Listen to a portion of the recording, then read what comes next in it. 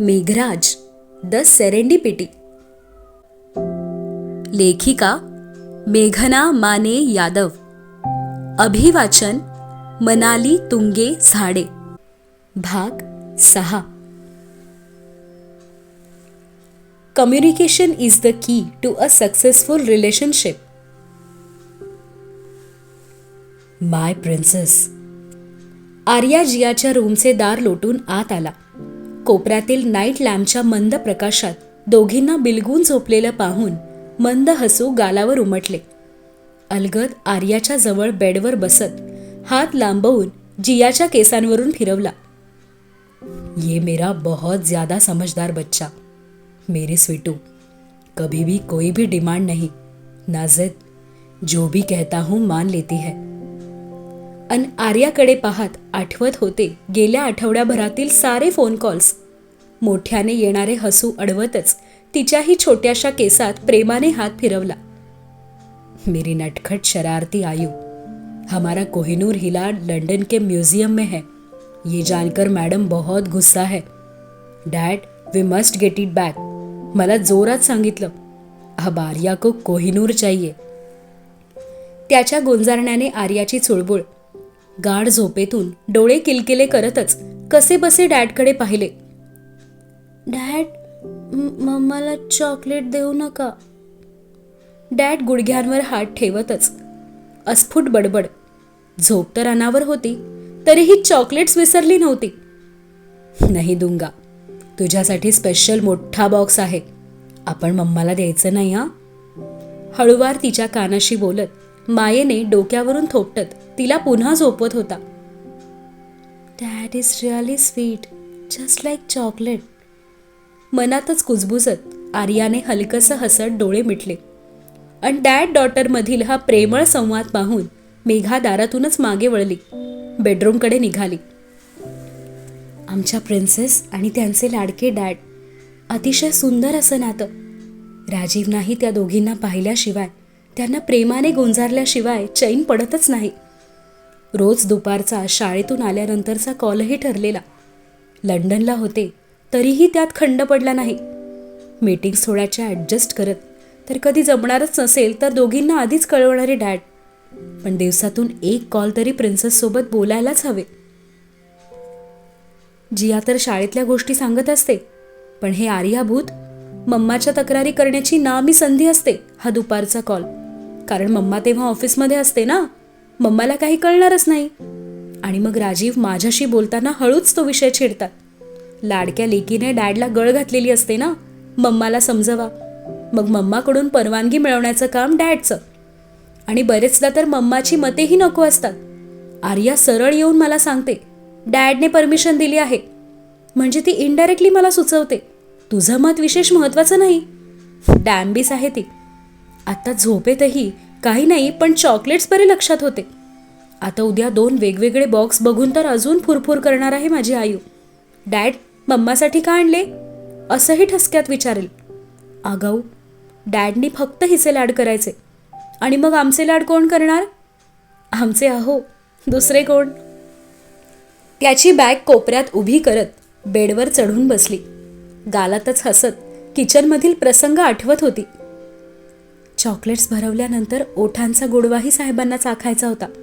माझ्या ओठांकडे पाहून म्हणतात, इससे मीठा और नशीला कुछ भी नहीं. बदमाश कुठचे. मी हळूच फटका देऊन सटकले तिथून. आणि ते माझ्या पाठीपाठी म्हणे, भागकर कहाँ जाएंगी आप? खरंच तर आहे. कुठे जाऊ मी पळून, आणि का जाऊ? त्यांच्या मिठीतच स्वर्गसुख आहे. क्यों मुस्कुरा रही है? मिश्किल हसतच तो दार बंद करत होता. मी कुठे हसते? नजर चोरतच साईड टेबलवरचे पुस्तक उचलले. मी वाचनात खूप मग्न आहे असे दाखवणे. पण हळूच चोरट्या कटाक्षात त्याला पाहणेही. त्याच्या बेडच्या दिशेने पडणाऱ्या पावलागणिक हृदयाची नाजूक धुकधुकही. हाँ, जितना पढ़ना है पढ़ लीजिए, मैं फ्रेश होकर आता हूँ. वॉर्डरोब मधून टी शर्ट ट्रॅक पॅन्ट घेतच बोलला. हो, तुम्ही सावकाश आवरा. मला तर खूप झोप येते. उगाच ओठांसमोर हात नेत जांभई देण्याची ॲक्टिंग. हो, रिअली? माझी 7 डेजची स्वीट डिश पेंडिंग आहे. ओठ दुमडत सुचवणं काहीतरी. ते पेंडिंग वगैरे मला काही माहीत नाही. मी तर बाबा झोपणार आहे. गालात हसू दडवतच त्याच्याकडे मिश्किल कटाक्ष. अच्छा, आज नींद आ रही है आपको? ठीक है जान, आपकी नींदें उड़ाना ही तो हमारी खासियत है. तो मोहक स्वर आणि खट्याळ त्याची नजर. हातातील पुस्तका आडच चेहरा लपवला गेला आणि तो गडगडाटी हसत बाथरूममध्ये शिरला. हळूच पुस्तक दूर करत त्या दाराकडे पाहत नाक मुरडले गोड हसत. दुष्ट सारखे छळत असतात मला, कधी शब्दाने तर कधी नजरेने, नाहीतर स्पर्शाने. पण तो छळ हवा हवासा. Can love happen twice? पुस्तकातील त्या ओळींवर नजर स्थिरावलेली. प्रेम आयुष्यात, तेही पुन्हा एकदा? आधी वाटायचे हे शक्यच नाही. आयुष्यभर समीरच्या आठवणीतच जगायचे असं ठरवलं होतं मी. या हृदयात इतर कोणालाच प्रवेश द्यायचा नाही. कठोर केलं होतं मनाला. मी जगू शकते एकटी, हेच तर सांगत होते स्वतःला. पण आज जेव्हा राजीव आयुष्यात आहेत तेव्हा समजत आहे की कुणाच्या तरी सोबतीने आयुष्य जगणे हा सोहळा आहे. जगण्याचा आनंद द्विगुणित करणारा, क्षण भरभरून सुख देणारा. सुरुवातीला सतत समीर आणि राजीवची तुलना करणारे मन आता समीरला सहजच विसरून गेले आहे. आज आठवलं कारण या पुस्तकातील ॲक्सिडेंटचा प्रसंग. नाहीतर गेल्या 2-3 महिन्यात फारशी आठवण नाहीच. राजीव, तुम्ही सुखाचा वर्षावच असा काही करत आहात की दुःखाला कणभरही जागा नाही. कसं हळुवारपणे फुलवलं तुम्ही आपलं हे नातं. लग्नानंतर थोडीशी भीती माझ्याही मनात होतीच की जियाची आई होणं जमेल का, मम्मीजी पापाजींची बहुही होऊन जाईनच हे माहीत होतं मनाला. पण हुरहुर होती ती आपल्या नात्याबद्दल. सर्वार्थाने तुमची पत्नी होणं जमेल ना? वयाच्या या टप्प्यात पुन्हा नव्याने स्पर्शसुखाच्या भावना निर्माण होतील का?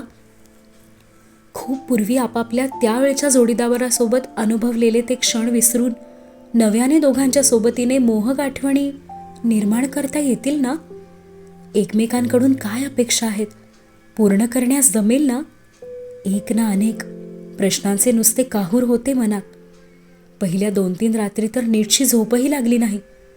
मनात राहून राहून वाटायचं, तुम्ही जर अचानक ती इच्छा व्यक्त केली तर माझ्या मनाची समर्पणाची तयारी आहे का? आणि खरं सांगायचं तर नव्हतीच तयारी माझ्या मनाची. नुकतेच तर एकमेकांना जाणून घेत होतो, सोबतीची सवय होत होती.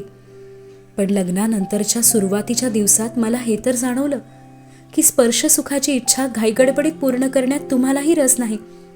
हळुवारपणे प्रेम करणं ही तुमची खासियत आहे राजीव.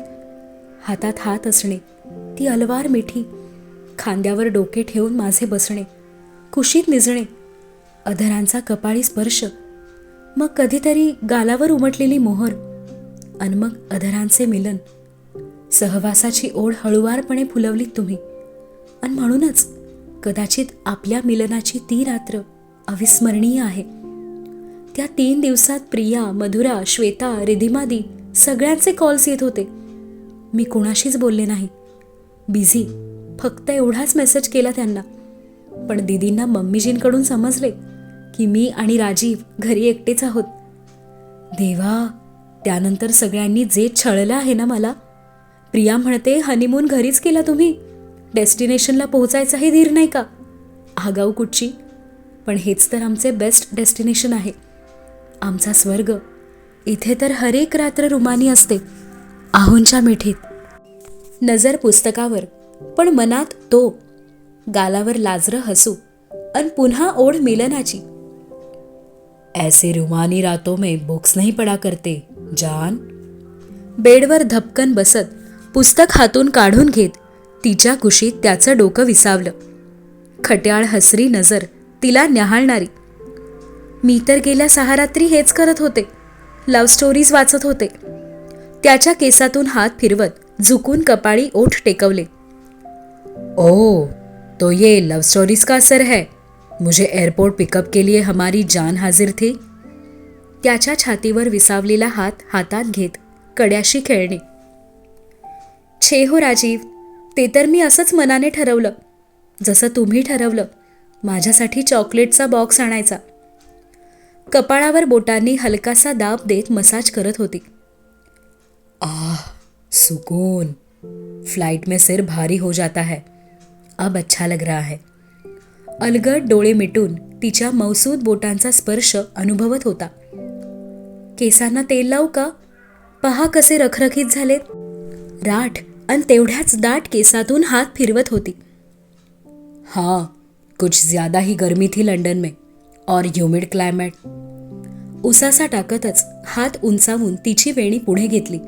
बांगडीनंतर वेणीसोबत खेळलेले हे ठरलेले. म्हणूनच हेड मसाज करून देते ना. गेल्या शनिवारीही तेल लावू दिलं नाही. नाक आकसतच तक्रार. वो सॅटरडे नाईट हेड मसाज में कौन वेस्ट करता? वेणीचं रबर सोडवून केस मोकळे करण्याचे मनपसंत काम. बदमाश राजीव. खुदकन हसत हळूच गालावरही ओठ टेकवले. आज हमारी तितली शर्मा नहीं रही है.